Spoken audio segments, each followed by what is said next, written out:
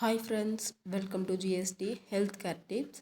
இப்போது இந்த வீடியோவில் நம்ம எதை பற்றி பார்க்க போகிறோம் அப்படின்னு பார்த்திங்கன்னா, சத்து மாவில் கஞ்சி எப்படி செய்கிறது அப்படின்னு தாங்க. சரி வாங்க பார்க்கலாம். இப்போது ஃபஸ்ட் அதுக்கு ஒரு பவுல் எடுத்துக்கோங்க. அப்புறம் 2 டேபிள் ஸ்பூன் அளவுக்கு பவுடர் எடுத்துக்கோங்க. நல்லா பாருங்கள் கரெக்டாக எப்படி இருக்குன்னு சொல்லிட்டு. இந்த பவுடர் ஆட் பண்ணதுக்கப்புறம் ஒரு 2 டம்ளர் நம்ம டீ குடிக்கிற அளவுக்கு டம்ளர் எடுத்துக்கோங்க. அதில் 2 டம்ளர் அளவுக்கு வாட்டர் ஆட் பண்ணுங்கள். இப்போ பாருங்கள் 2 டம்ளர் அளவுக்கு வாட்டர் ஆட் பண்ணியாச்சு. டம்ளர்னால் இந்த சைஸில் இருக்கும். நல்லா பாருங்கள். இதை அப்படியே ஒரு 2 மினிட் விட்டுருங்க. நல்லா இது ஊறட்டும். ஊறினதுக்கப்புறம் பாருங்கள் நல்லா இந்த மாதிரி இருக்கும். நல்லா மிக்ஸ் பண்ணுங்கள். மிக்ஸ் பண்ணிட்டீங்களா? அப்புறம் பாருங்கள், இப்போ வந்து கேஸில் வச்சு நல்லா ஹீட் பண்ணணுங்க. நல்லா நம்ம பாயிலுக்கு நல்லா ஹீட் பண்ணிகிட்டே இருந்தோம் அப்படின்னு பார்த்திங்கன்னா நல்லா கிண்டிகிட்டே இருக்கணும்.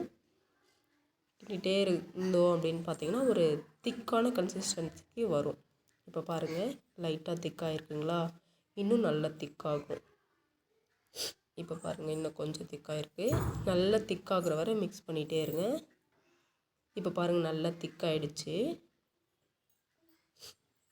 இந்த டைமில் என்ன பண்ணுறீங்கன்னா, ப்ரௌன் சுகர் கொஞ்சம் நம்ம ஒரு 2 டேபிள் ஸ்பூன் அளவோ இல்லை உங்களுக்கு எவ்வளோ தேவையோ அவ்வளோ ஆட் பண்ணிக்கோங்க. ஆட் பண்ணிவிட்டு நல்லா மிக்ஸ் பண்ணிகிட்டே இருங்க. நான் வந்து ப்ரௌன் சுகர் ஆட் பண்ணியிருக்கேன். உங்களுக்கு எந்த சுகர் வேணுமோ அந்த சுகர் ஆட் பண்ணிக்கோங்க. பேபிக்கு கொடுக்குறதா இருந்தால் ப்ரௌன் சுகர் ஆட் பண்ணிக்கோங்க. இல்லை சுகர் பேஷண்ட்டுக்குனாலும் ப்ரௌன் சுகர் ஆட் பண்ணிக்கோங்க. நார்மல் 18 இயர்ஸ்க்கு மேலே இருக்கீங்க அப்படின்னா நீங்கள் நார்மல் சுகர் கூட ஆட் பண்ணிக்கலாம். உங்களோட விஷ் தான். ஓகேங்களா? இப்போ நல்ல திக்காக பாருங்கள் ஆயிடுச்சு. இந்த கன்சிஸ்டன்ட்டுக்கு வர வர நல்ல திக்காகிற வரை நல்லா கிண்டிகிட்டே இருங்க. நல்லா பாருங்கள் ரொம்ப திக்காக இருக்குது இந்த டைமு. இப்போ பாருங்கள் இந்த மாதிரி நல்ல திக்காகிற வரை நீங்கள் நல்லா கை விடாமல் மிக்ஸ் பண்ணிகிட்டே இருக்கணும். இல்லைன்னா கட்டி கட்டியாக வந்துடும்.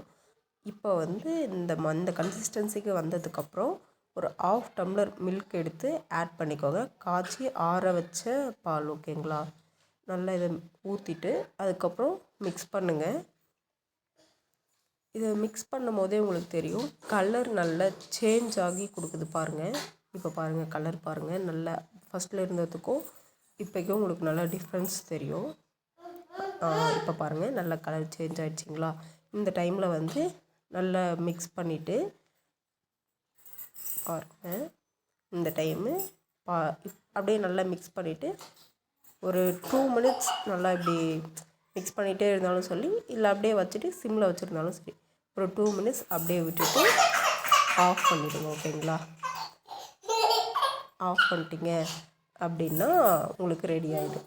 இது குழந்தைகள் முதல் பெரியவர் வரை யாருனாச்சும் சாப்பிட்லாம். வீட்டில் ஒரு டைம் ட்ரை பண்ணி பாருங்கள். எப்படி இருந்தது அப்படின்னு கமெண்ட் பாக்ஸில் பின் பண்ணுங்கள். ஓகே ஃப்ரெண்ட்ஸ், இந்த வீடியோ உங்களுக்கு பிடிச்சிருக்கும் அப்படின்னு நான் நம்புகிறேன்.